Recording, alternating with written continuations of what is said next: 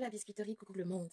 Je suis tellement heureuse aujourd'hui, lendemain de l'ouverture de la CAN 2023 en Côte d'Ivoire. J'avais envie, avec un œil particulier, de faire un décryptage de cette cérémonie mémorable. Franchement, elle était magnifique et j'ai envie de vous en expliquer les différents aspects avec mon cœur d'ivoirienne et ce que l'histoire m'a appris. Je veux vous montrer les différents détails, la symbolique qui a peut-être pu échapper aux yeux de certaines personnes. J'ai envie de vous raconter cette ouverture d'une autre manière. Donc si ça vous intéresse, vous faites bien de rester là. On commence dès maintenant. On a l'arrivée du président de la République sur la musique de Roselyne Layo Mogofarima. Oui, vous pouvez entendre les 60 000 personnes présentes en train de chanter Mogofarima de Roselyne Layo qui signifie grand homme, homme de valeur, homme de parole, homme de distinction pour accueillir le président de la République pour dire que cet homme-là a mis les moyens et a suscité l'énergie nécessaire pour que la Côte d'Ivoire soit capable d'organiser cette CAN 2023. Donc c'est une manière de rendre hommage à sa pugnacité, à sa détermination et à son grand sens du travail. Juste après que le président soit arrivé, on a un petit clin d'œil, hein. Vous savez, les Ivoiriens sont très taquins. Donc, cette taquinerie-là se sent comment? On met la chanson d'Anaconda, un chanteur de coupé décalé, qui chante On me guette. On me guette pour dire que cette CAN 2023 a suscité beaucoup de coulures de salive, sincèrement. Donc, on se dit, on nous regarde, il faut bien faire. Donc, on me guette, oh, il prie jour et nuit pour que moi je tombe. C'est un clin d'œil aux mauvaises langues pour dire que peu importe vos prières, peu importe tout ce que vous avez voulu faire, nous sommes à ce jour-là et nous avons relevé le défi.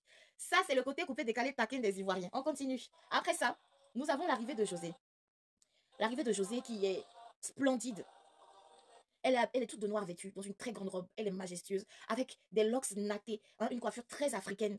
Ensuite, ce noir qu'elle a mis qui met en valeur le tricolore porté par les danseurs et aussi le côté coloré du tapis au sol. Le tapis au sol qui représente beaucoup de choses, hein. Nous avons d'un côté l'éléphant qui est vraiment notre animal emblème. Nous avons de l'autre côté la coupe d'Afrique tenue par deux personnes et nous avons un autre visage. Nous avons trois carnations différentes pour dire que voilà, cette canne, c'est la canne de l'hospitalité. Elle accueille des gens venus de partout et des gens de toutes les couleurs. Et aussi nous avons un endroit du tapis où il y a une case, une symbolique très rurale, ce côté très rural de la Côte d'Ivoire, parce que la Côte d'Ivoire aussi, c'est ses villages, c'est ses hameaux, c'est cette population rurale qui se bat, qui cultive et tout ça. Et nous avons aussi ce côté avec des constructions beaucoup plus modernes, beaucoup plus élaborées, pour montrer que cet aspect de la Côte d'Ivoire est respecté. Le côté rural, le côté très moderne qui fait de ce pays-là un pays particulier. Donc c'est une symbolique et cet intérieur assez clair qui est une question d'esthétique pour mettre en valeur tous les éléments colorés qui participeront à la grande messe qui arrive après. Et ça a bien mis en valeur aussi le tricolore des danseurs et la tenue noire de José, qui est comme ce point-là central sur lequel il faut focaliser nos regards quand elle est là. On continue. Je vais revenir sur cette chanson de José, Côte d'Ivoire. Cette chanson qui rappelle aux Ivoiriens qu'ils viennent de loin, qu'ils viennent d'un conflit, qu'ils viennent d'une tragédie et qu'ils ont réussi à passer outre leurs blessures, outre leurs différences pour se mettre ensemble, pour reconstruire cette unité, cette fraternité et pour relever les grands défis avec l'aide de Dieu. Cette chanson est incroyablement belle. Cette cérémonie d'ouverture qui a un axe principal, qui est la présentation de l'identité culturelle de la Côte d'Ivoire, ainsi que de son sens de l'accueil et de son sens de la fête. Donc quand on passe à l'identité culturelle, à la présentation de l'identité culturelle de la Côte d'Ivoire, on a un élément vidéo avec les capitaines de nos 2 étoiles. Gadi Seli 92 et Yaya Touré 2015, qui nous demandent si nous sommes prêts et qui nous disent Akwaba, qui signifie bienvenue. Ensuite, nous avons un décompte. Après ce décompte, nous avons le tam-tam parleur qui apparaît. Le tam-tam parleur est ce lien symbolique des traditions ivoiriennes, qui est notre connexion. C'est comme le téléphone que tu prends pour appeler les ancêtres. C'est le tam-tam parleur là. Quand l'initié tape dessus, il fait la connexion entre le ciel et la terre, entre les ancêtres, entre les mânes des ancêtres et leurs enfants. C'est une connexion directe entre le physique et le métaphysique. Nous avons un jeune homme qui se réveille et qui entend son grand-père parler. Il écoute. Ce grand-père qui nous explique 1984, 2024, 40 ans. On entend les musiques de la première CAN en Côte d'Ivoire. Ayo, ayo, ayo, de Chantal Taïba. Ensuite, nous avons la voix de Bienvenue Neba. Bienvenue Neba, qui est un vidéaste et un acteur ivoirien de renom et qui nous présente la CAN 2023 en Côte d'Ivoire. Il nous parle de 6 stades et de 5 villes. Il nous parle des 40 ans d'écart entre les deux organisations et il tient un ballon. C'est-à-dire que l'acteur qui mime la voix de Bienvenue Neba tient un ballon. Et pendant qu'il tient ce ballon, son petit-fils qui est à la fenêtre l'écoute parler de ses CAN et tout. Et il lance ce ballon-là à son petit-fils. C'est comme un lien, un relais établi entre l'ancienne génération et la nouvelle génération. Et ce jeune homme qui prend ce relais temporel entre les deux générations se tient tout d'un coup devant le stade Félix Houphouët-Boigny, clin d'œil du fait que la Côte d'Ivoire, depuis son premier président, était un État bâtisseur déjà, d'accord? Ce clin d'œil à son premier président, à son fondateur, à notre Nana Houphouët-Boigny, c'est une dinguerie. C'est une dinguerie, la symbolique. C'est-à-dire que chaque élément avait sa place. On n'a même pas encore commencé la cérémonie. Ce relais se fait aussi dans les voix off. On avait Bienvenue Neba et tout d'un coup on a la voix de Didier Drogba, le 10 national. Hey, le relais est fait dans la voix, dans les faits, dans l'écart temporel. Le relais est fait à tous les niveaux. Ce jeune homme qui avec son ballon se tenait devant le stade Félix Houphouët-Boigny qui est au plateau, ce sont que des affaires de la ville d'Abidjan. Et ensuite on a Didier Drogba qui nous parle d'une construction qui magnifiera la ville. C'est-à-dire que nous voyons les ponts, nous voyons les routes, nous voyons toutes ces infrastructures qui ont été mises en place pour accueillir cette CAN 2023. Et ensuite, nous avons ce jeune homme qui se tient devant un cours d'eau et cette goutte d'eau qui tombe. On nous dit à travers une goutte d'eau, nous allons créer un océan d'opportunités. C'est-à-dire que la Côte d'Ivoire saisira à travers cette décision de faire la CAN en Côte d'Ivoire l'opportunité d'accentuer son développement. On ira encore plus vite et encore plus fort. C'est ça aussi la CAN. Elle permet aussi à un peuple, à un pays de mettre en place des infrastructures à échelle mondiale pour accueillir tout le monde. Et on a ce rêve, ce jeune homme avec ses amis au quartier en train de jouer au foot, ce rêve d'enfant, de jeune footballeur de quartier qui t'emmène à devenir professionnel et à toucher des compétitions incroyables. Ce rêve qui devient réalité. Donc on le voit tirer dans le ballon au quartier et d'un coup il se retrouve où? D'un coup il se retrouve au stade Alassane Ouattara de Bimpe. Oh là là, cette dinguerie architecturale.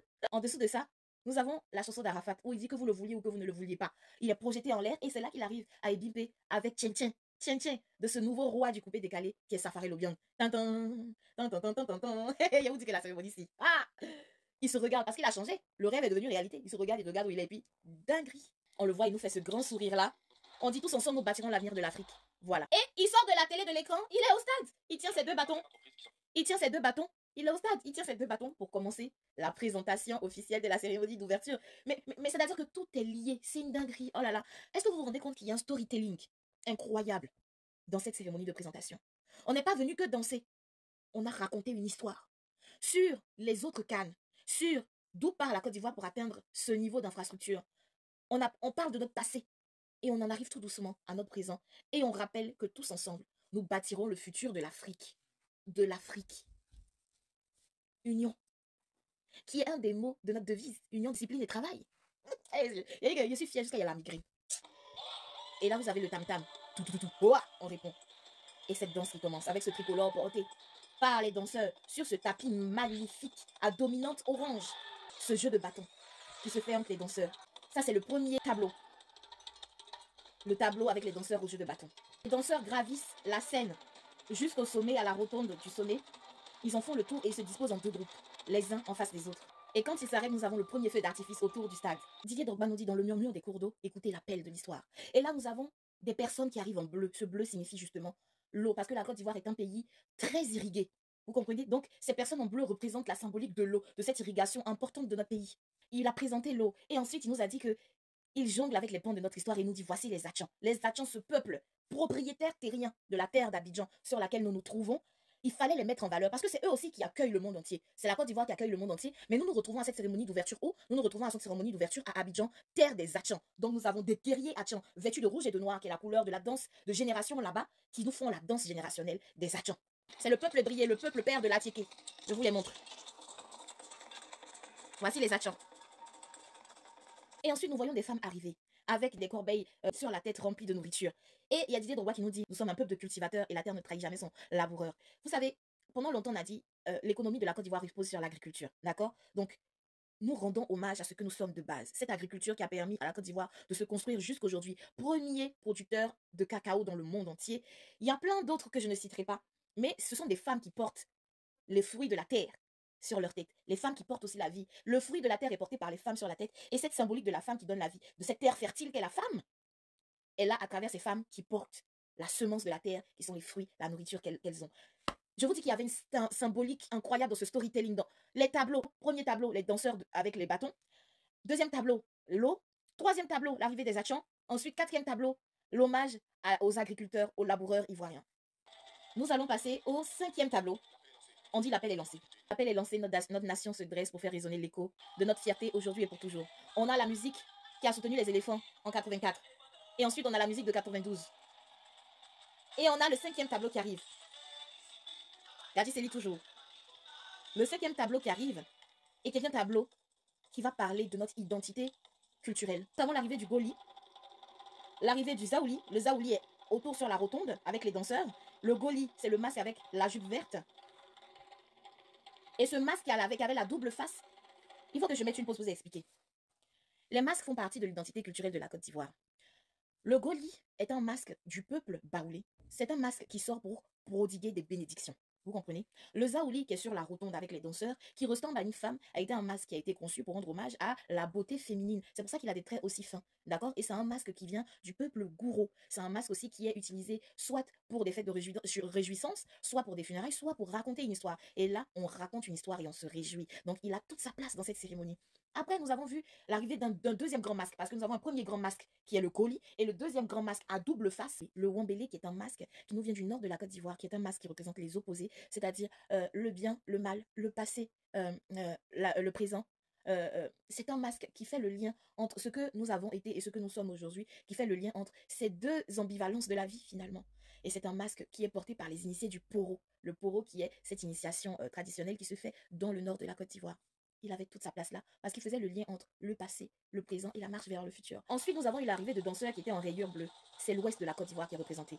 C'est l'ouest profond, les montagnes qui sont arrivées là avec leur danse.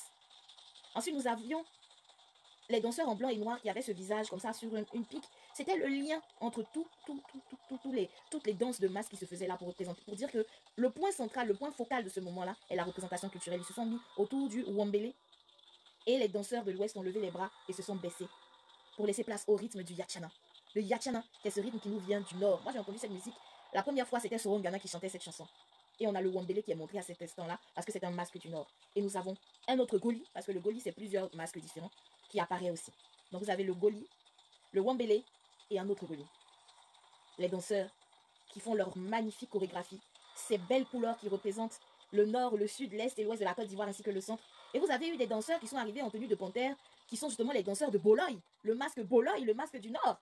Il y a Didier Drogba qui nous dit bienvenue en Côte d'Ivoire, aux frères et sœurs d'Afrique. Et là, vous avez la pluralité de masques culturels, de réjouissance en Côte d'Ivoire qui se déploie sur le tapis. C'est une fête colorée, c'est une fête culturelle. On invite toutes les ethnies de Côte d'Ivoire pour accueillir le monde entier. C'est pour cela que nous avions tous nos masques là, nos différentes danses. Et nous avions aussi ces danseurs qui représentaient l'éléphant de Côte d'Ivoire, qui avaient porté des tenues symboliques de l'éléphant de Côte d'Ivoire.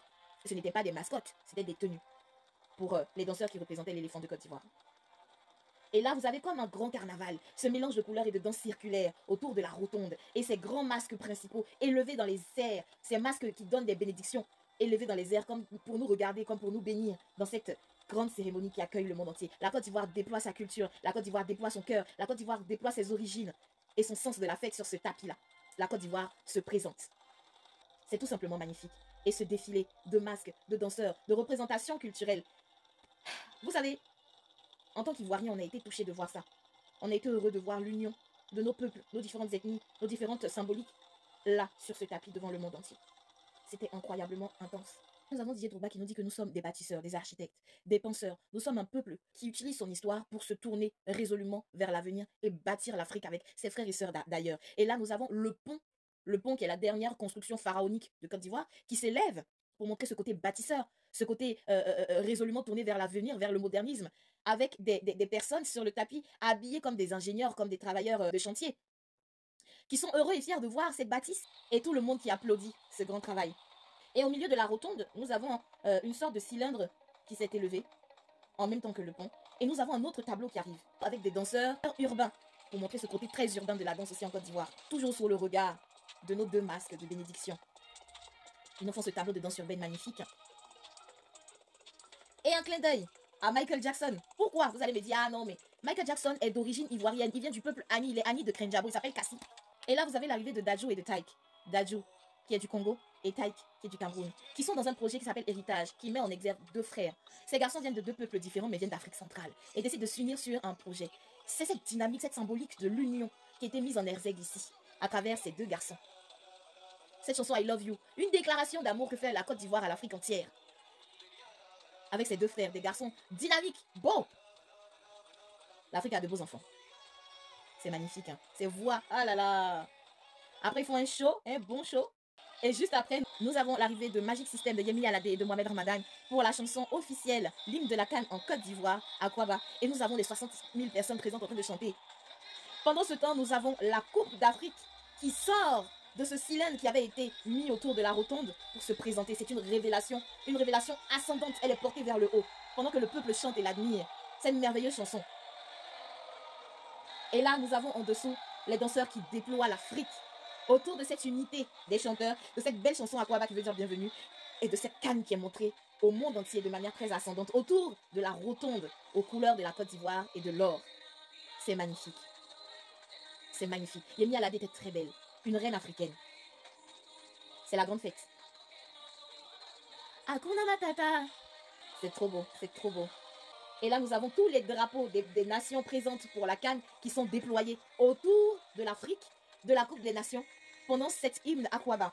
Magnifique, magnifique. Ce tableau est le plus beau que j'ai vu. Avec la mascotte, hein, la mascotte qui accueillait les gens depuis l'aéroport en train de danser de toute son énergie. Vraiment, je ne sais pas si on a déjà vu une mascotte aussi dansante. Avec les feux d'artifice qui s'élèvent autour du stade pendant qu'on crie Africa, Africa, Africa. L'orange, blanc, vert. Eh, Seigneur, j'ai envie de pleurer. Elle était magnifique, cette cérémonie d'ouverture. Elle était pleine de symbolique. Elle était pleine d'union. Elle était pleine d'amour, pleine d'ouverture vers les autres. J'ai envie de pleurer, vous dire la vérité. Aquaba, Aquaba, Aquaba. Nous avons été éduqués dans l'hospitalité. L'Ivoirien, où qu'il se trouvera dans le monde, a son cordon ombilical qui a été coupé par l'hospitalité. C'est notre identité. Ça fait partie de notre ADN. Comprenez-le. C'était magnifique. Voici succinctement présenté à travers ma sensibilité personnelle et à travers l'histoire de la Côte d'Ivoire que je connais, cette cérémonie d'ouverture de la CAN en Côte d'Ivoire 2023. J'espère que cela vous a permis de comprendre certaines choses, certains détails et que, voilà, vous êtes aussi fiers que nous de cette cérémonie d'ouverture et bienvenue encore à tous nos frères en Côte d'Ivoire. Bonne CAN à tout le monde. Et en tant qu'Ivoirienne, je ne peux dire que la Côte d'Ivoire va gagner. C'est tout ce que je nous souhaite. Gros bisous.